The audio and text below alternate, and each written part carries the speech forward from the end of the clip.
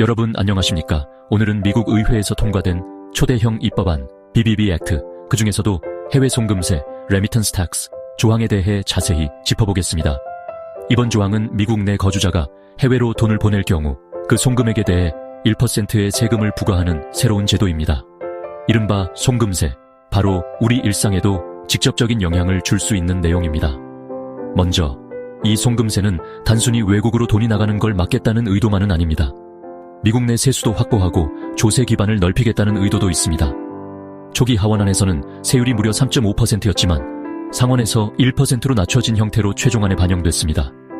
조세당국에 따르면 이 송금세 하나로 10년간 약 90억에서 230억 달러의 세수 증가가 기대된다고 합니다.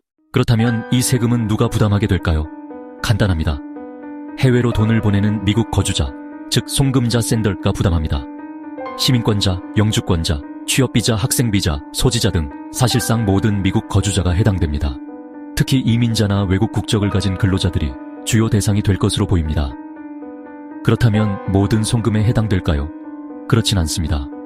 구체적인 적용 대상은 다음과 같습니다.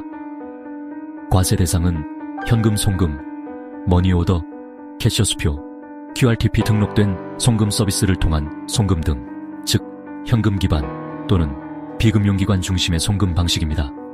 반면 은행 계좌 간 이체, 신용카드, 직불카드 결제, 은행과 연계된 디지털 송금 플랫폼을 통한 송금은 면세의 대상입니다.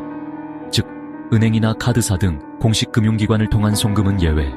하지만 미국 내의 편의점이나 송금소 등을 통한 송금은 과세됩니다. 세금은 송금자가 직접 내는 구조이지만 실제로는 송금 서비스를 제공하는 기관이 세금을 대신 징수하고 IRS에 납부합니다. 예를 들어 A씨가 해외에 있는 가족에게 머니오더로 $1,000를 송금한다면 서비스 제공자는 A씨에게 1%인 $10를 더 청구하고 이 금액을 IRS에 신고 및 납부하게 됩니다. 현재 이 제도는 아직 시행되지는 않았습니다. 법안에 따르면 2025년 12월 31일 이후의 송금부터 적용될 예정입니다. 따라서 내년부터는 미국 내 이민자들과 송금자들에게 실제 세금 부담이 시작될 것으로 보입니다. 이번 조항은 미국에 거주하는 이민자 커뮤니티 전체에 큰 영향을 줄 수 있습니다.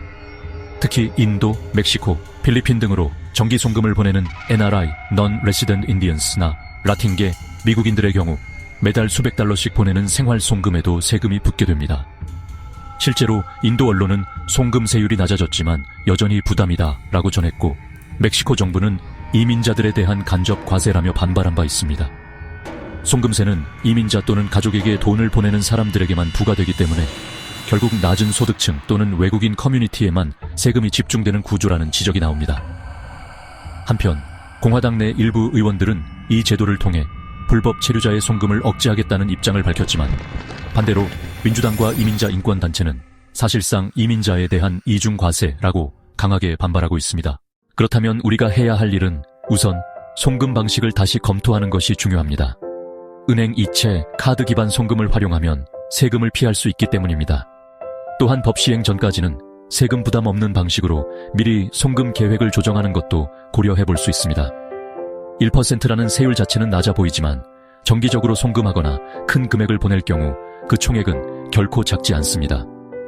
송금 방식에 따라 세금이 달라지는 만큼 앞으로는 보다 전략적이고 계획적인 송금이 필요할 것으로 보입니다.